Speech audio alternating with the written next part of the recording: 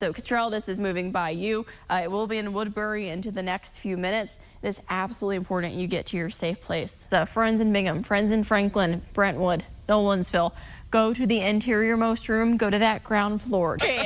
Like, no, I actually don't think you're going to get rained on. It's like someone might pour something on you, but not Mother Nature. Right. You gotta worry about her. Honestly, I think most of these snowmen are taller than me. I'm not tall to begin with, but that's still very incredibly impressive. It has been consistently rotating since Missouri and Illinois.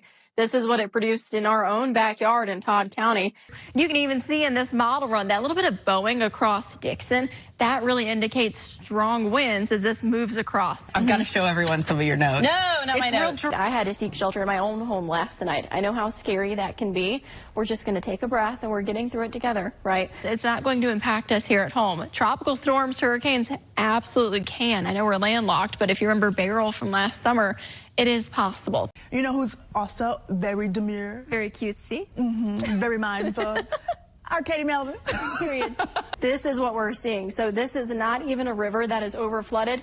This is US 74 as you're standing on I-40 overlooking that area. So my Neenal up in Greensboro had Time Warner cable, and when I was 6, 7, I'd go over for sleepovers and she'd cut on cartoons and I'd switch it to the Weather Channel.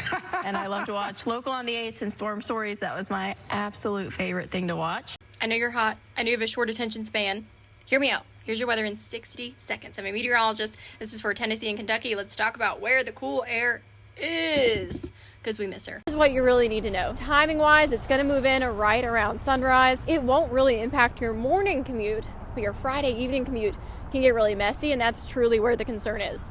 Totals, I know y'all are obsessed with totals. Everybody wants to know how much. Overall, it still looks 3 to 6 inches.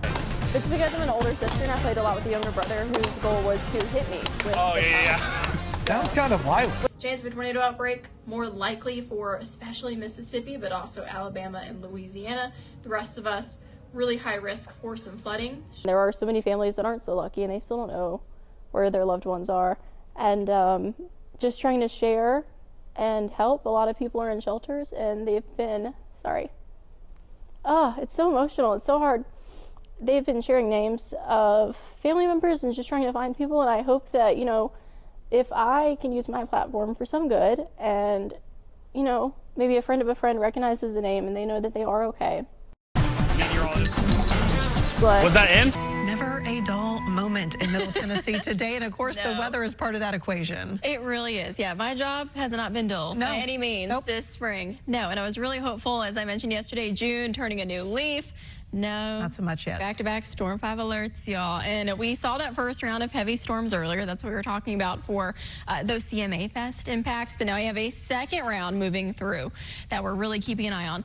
That first round did cause some damage. My friend Molly sent this in from the eastern side of Montgomery County of a tree down in her driveway. So that's definitely some of the impacts we've been seeing. It's what we've been expecting because the two biggest concerns with these storms, again, heavy rain and strong winds. When you get that combined, that's how you get those trees to come down so easily. Earlier, Clarksville's airport, I think around 2 p.m., actually clocked almost a 60-mile-per-hour gust as this first round went through.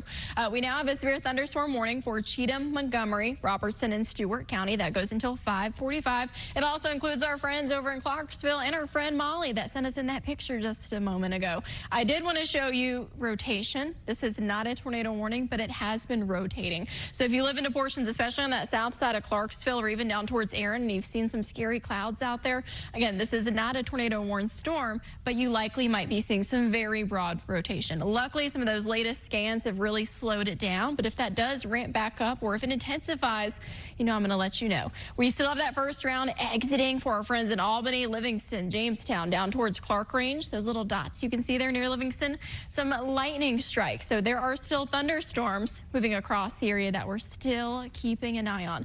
We have a tornado watch, meaning the ingredients are there for our friends along I-65 and off to the west. So from Callaway to Henry, all the way over to Cheatham, Davidson. So my friends here in Music City, you're not included in that. We're going to continue to track that first round for the next hour or so, and it turns more scattered by 9:30. So our friends in Ascend Amphitheater, our friends in Nissan Stadium, this is something we're going to have to keep an eye on as we go into the next couple of hours. The good news, let's find a little bit today, right? It's quiet overnight tonight. This is not a system that's going to keep you up worrying all night. You're going to be able to sleep easy. By tomorrow morning, you're out the door, you want to run some errands, great chance to do so. Just try to get home by about lunchtime. We've got that second round for some strong showers and storms to move through tomorrow afternoon and into the evening. My friends down towards Alabama, y'all have the greater risk for severe weather. Really here at home for our viewing region, there's a risk. But again, our neighbors are going to really see the worst of it for tomorrow. Storm 5 alert for tomorrow because our confidence is higher in that chance for some severe weather. Sunday still has a couple of thunderstorms possible, likely not hitting severe parameters. So those concerns, again, for today and tomorrow, strong wind and heavy rain. As we look into your Saturday, we still have that slight risk, very similar to today. It's a 2 out of 5. And for your Saturday, or I should say Sunday, we have a marginal 1 out of 5. So still severe potential both days, higher potential on Saturday. That's why you're seeing that Storm 5 alert. As we head into the next work week, we see seasonal temperatures in the mid-80s and off and on chances for thunderstorms.